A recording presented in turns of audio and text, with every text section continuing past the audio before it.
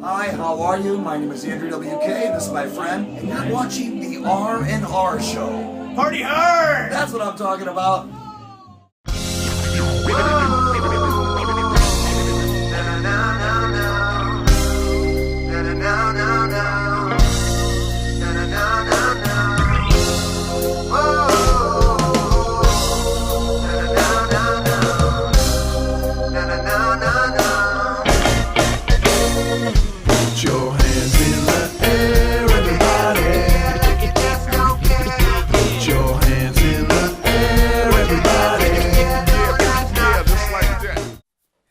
Welcome to the RnR Show. The show where we put your talent in the spotlight. On today's episode, we catch up and get to sit down with horror artist Brian Keller. We get to check out his unbelievable work. Oh, wait a minute. Didn't you have a secret that you wanted to say at the end of the episode? Yeah. Why haven't you told me yet? Because it's the beginning of the episode? Oh, yeah. Let's cut to the footage.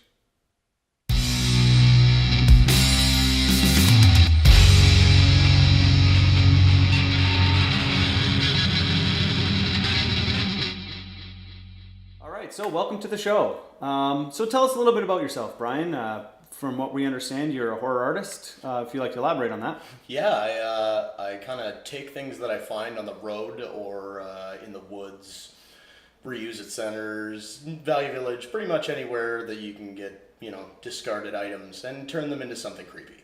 So you take existing, for example, a tree branch or anything actually, and you turn it into art. Yeah. Essentially, I just I take what I see in my head and make it a reality. So I'm standing here with Keller in front of two of his pieces. I'm going to walk around. He's going to show me some of his work, and we're going to talk a bit about each piece. So, for example, this one here, the skull, is one of his. So, what medium did you use for that? This was a concrete median. The idea kind of came to me when I was watching YouTube actually, and this old lady had used concrete over an old flower pot and put it in a bucket and created her own flower pot essentially. Okay, cool. And I'm like, wait a second, I can use that for make creepy things. So, well, it looks beautiful, and there's a few more of these actually around. I'm sure we'll show you clips of those. Another one that he's got here. I don't know if you can see it too well, it's under the glass, but talk about that one a bit. It's really interesting. If you could see the detail there, it looks like burning wax, kind of. That one, that was kind of an old dream sequence that I had when I was a little kid. It was just hand that just kind of came out of the floor, but it was melting. I don't know. It was just a nightmare I had as a kid, and I'm like, you know what? I got to make that. So. Yeah, that's just kind of where it came from. It was just a basic piece in my head that I was like, I'm gonna make that. I'm gonna make it look nice. So that's amazing. Again, making nightmares come to life. So, what kind of art do you most identify yourself with? Horror art. Yeah. Horror art. Yeah, it's a very wide genre. It kind of stretches out through sci-fi too. There's a thin line there, but I've been asked to do a couple of sci-fi pieces before. Nailed them. But they're. It's horror. It's horror all day. Warning, if you have small children, please revert their eyes. This is what nightmares are really made of. Another beautiful piece, a fluffy, cute bunny turned into a nightmare. Yeah, essentially. It kind of came from an old cartoon I used to watch. I don't remember the name of it, actually. It was an image that was burned into my head. This kid that would pull this dead bunny that was in a shoebox out from under their bed, and it kind of looked something like that. That's terrifying. Yeah. I don't know where you're finding your childhood memories from, but I certainly never saw anything like that when I was growing up. Maybe the bunny before. What exactly did you use for that? Well, the original fluffy bunny was made of ceramic, so I had to Dremel out all of its, let's call them wounds. Okay. And then all the toes, I had to Dremel all those in, all the bones coming out of the paws, all that. And then, I don't want to give away my secret ingredient. No, you don't have to. But let's just leave it at ceramic and paint. Okay. Well, whatever it is, it's absolutely breathtaking. Thank you. And I mean that in the most terrifying way. Fantastic. So what do you enjoy most about making art? Kind of just being able to take what I got going on in my head and turning it into a reality. Growing up, my grandmother used to read me like Edgar Allan Poe and stuff to go to bed, and where the sidewalk ends, and it just kind of sparked this morbid imagination in me. And from that point on, I was just always interested in like the horror aspect of things and how to make it more gory, how to make it more real, how to pretty much bring people's nightmares to life. So you would say, you mentioned how your grandmother would read to you before bed. Yep. So she's one of your major influences. Big time. Yeah. Big time. Yeah, it was Where the Sidewalk Ends and Edgar Allan Poe. So yeah, just kind of twisted stories. Yeah. Do you have any other inspirations or any kind of people that you look up to when it comes to creating your art? Or Absolutely, 100% is George A. Romero. That guy's the grandfather of zombies, and I mean, that's originally what piqued my interest into the horror genre, is just the fact of the living dead. So the other major influence would have to just be, like 80s horror movies. That's when special effects were still special effects before all the CGI and everything. You wanted a monster, you had to make it. what's your favorite? Oh, I'd have to say Creature from the Black Lagoon. Nice, good answer. The next one is how Rich mentioned in his interview, well, you mentioned, but he asked, you find materials everywhere, whether it be sticks, whatever. This one, shells, amazing piece of work. So what was your inspiration for this one? I was watching a lot of Pirates of the Caribbean. Great movie. Yeah, and I decided, well, I think I should make a piece called Davy Jones' Locker. So that's kind of what I came up with. It was just a mosaic that I did with crushed shells that I found on the beach, and kind of just went from there. I just had to really try and get the proper number of shells to make everything symmetrical. Absolutely. So you actually picked all these yourself? Not all of them, actually. Some of them were given to me. Okay. Yeah. Amazing. Davy Jones' Locker. I love that. It resonates with me because I'm a big pirate fan. Yeah, me I love too. it. Amazing. Okay, so there you have another amazing piece of work by Brian Keller.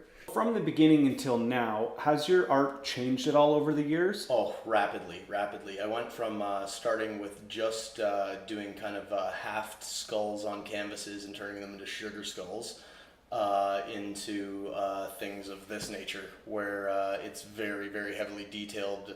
The skulls seem to be actually real skulls. Absolutely. There's a ton of detail in there. I don't know if you can see this on the camera, but there is just, wow. So you take a lot of detail into your work, and you like to pride yourself on kind of every little. Yes. Yeah. Yes. It's all the fine details for me.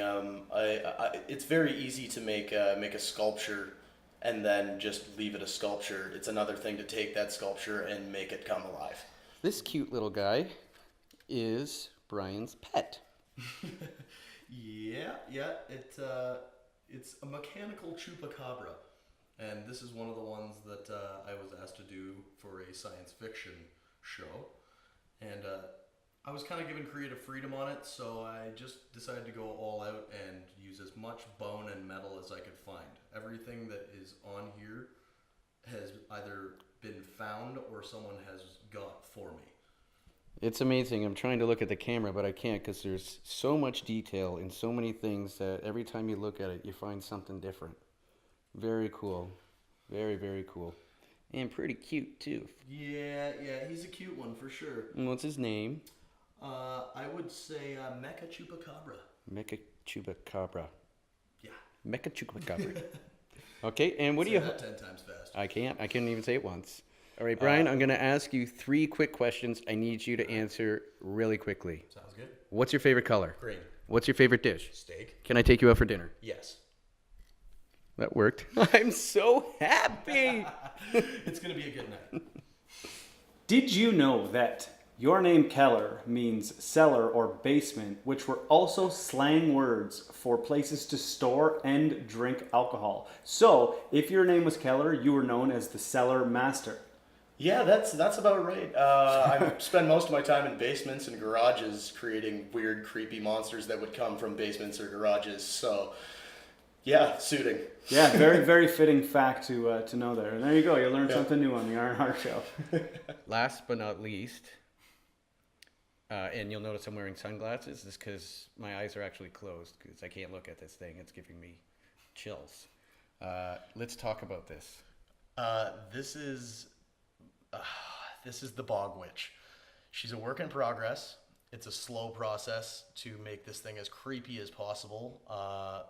It's been a slow road, but I think I'm getting there now. She's starting to look really terrifying, and it's a really good sign that you're wearing your glasses because that means I'm succeeding in what I'm trying to do. 100%, buddy. Yeah. Yeah. Tons of detail. It's just absolutely beautiful. You can see all the detail that's gone into it. She needs a toothbrush, that's for sure. Oh, big time.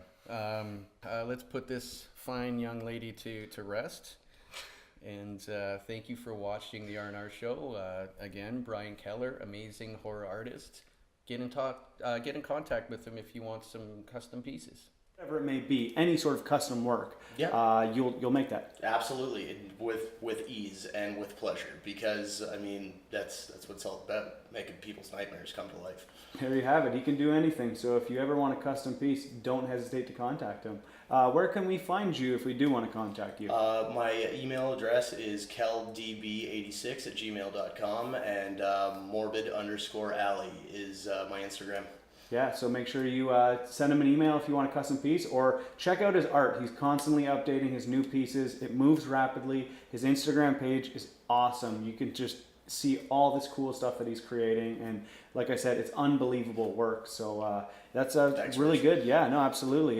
We just want to thank you for being on the show today, and you guys, like I said, check out Keller. He does some awesome work, and he'll be able to make anything you want and make your nightmares come true.